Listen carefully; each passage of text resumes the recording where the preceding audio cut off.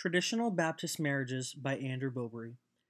In this presentation, we'll be discussing dating with the Bible, being married according to the Bible, preparation for marriage, marriage the actual ceremony, day of the wedding events, the wedding reception, honeymoon, and divorce within Baptist marriages. Dating is a common term used in place of courtship, but the two words have entirely different outcomes, which we will discuss later in the presentation. In 2 Corinthians it states, "Do not be yoked together with unbelievers." This informs us that we need to seek others of like-minded faith to court and possibly end up marrying. Courtship and dating are quite different. The two main examples being that in courtship the end goal is marriage and that there are no physical encounters, whereas in dating it is just recreational fun that might end up in marriage, and also the idea of friends with benefits, having no real ties after having sex. While many people have their own views and interpretations of the Bible, it is plainly said that marriage should be between one man and one woman. It also lays out that men should assume the role of head of household and that women should submit to their husband. This strict view is changing, but many couples still choose to adopt this lifestyle. The traditional ceremony is the typical idea that everyone thinks of. The key points in the ceremony being the bride walking down the aisle, giving away of the bride, the vows, exchanging of the rings, presenting the new couple, and most importantly, the kiss, can easily be seen not only in Baptist marriages, but others as well.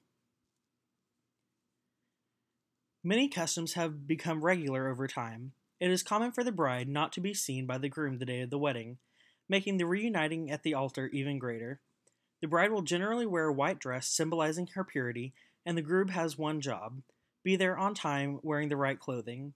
Many brides plan their wedding, leaving very little for the groom to do. The wedding reception is what most people will remember about a wedding, where whether it be the food or cake, maybe even the dancing, there are key elements in a wedding reception for a Baptist marriage. These include presenting the new couple, cutting the cake, father-daughter dance, bouquet toss, and sending the couple off on their honeymoon. The honeymoon is sometimes kept a secret from the bride since the groom plans it. The destination is generally a beach location or resort-style area. This is time for the couple to escape from the wedding chaos and just spend alone time with each other.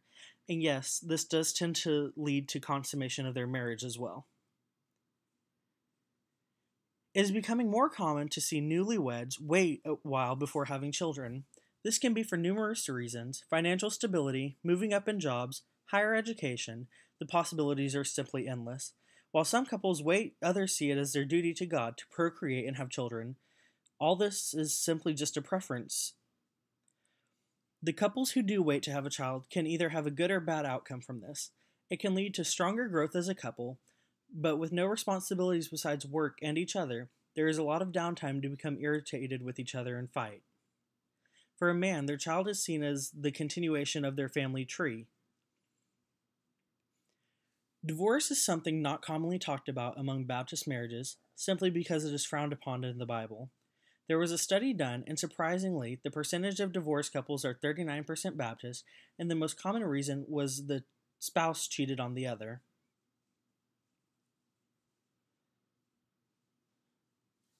Long ago, the couple would split an animal in half and lay it on the ground, walk and meet in the middle, and have the wedding ceremony.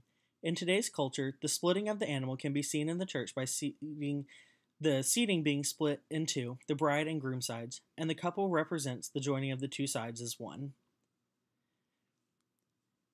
Baptists have highly conservative views on what should and should not be allowed. The most common beliefs are that marriage should be between a man and a woman. The man should provide, love, and care for his wife, just as Christ loves him.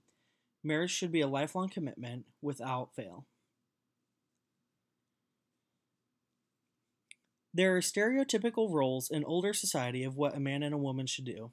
These gender roles still carry over into many Baptist relationships today.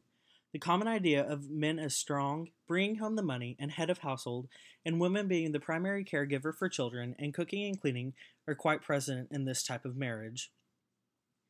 In conclusion, I would like to reiterate the importance of how holy marriage is in regards to the Bible. It is something that should be done due to the desire for the other person, not out of pressure or concern of others' opinions. Marriage can be a daunting task, so make sure you are committed to the end, no matter what.